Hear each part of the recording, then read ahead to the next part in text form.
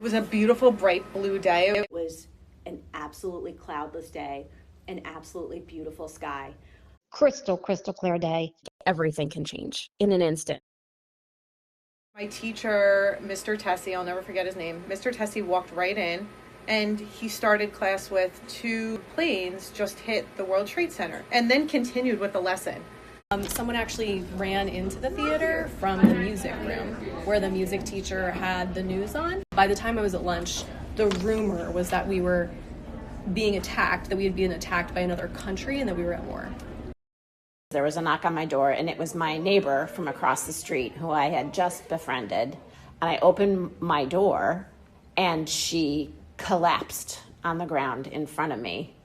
And I looked at her, and I said, "Where's Scott?" That's her husband. And she's like, "He's in the World Trade Center." I got a number of knocks on my door from students who lived in the area, who knew where I lived. And they all apologized for knocking on my door, but they were showing up in small groups to tell me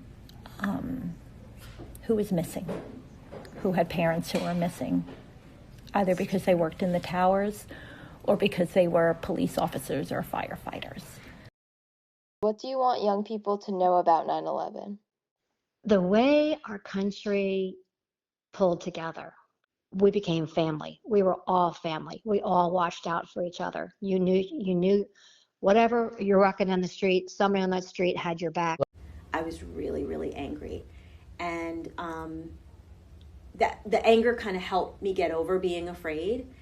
What I'd like young people to know is that they can really make a difference simply by going back to that default setting to help when they can, and to push through fear. And if anger helps you, use it. Moving forward, that we don't forget about those events and that we just can honor the sacrifices of all the men and women who ran towards those buildings that day to try and save as many lives as they could. I think it's an important moment for us to look at and really see heroes. Everyone, doesn't matter where you were from, what you looked like, what you did, everyone got along. It was awful and it happened, but the goodness of people came through. It was an awful thing and it should never happen again. But through things that are awful, people can be there's still good in this world. After 9/11, New York for a long period of time was great. People were nice, they held the door, they respected us, they came to us, we helped them, it was great. The unity of the country was something that I have never seen in my life before. What united and brought everybody together was something that I'll never forget.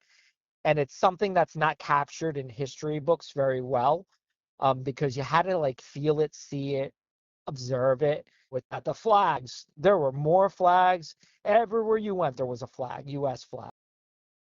I would like to see people say thank you when they hold the door, like that. And this really brought everybody together. Everyone supported each other.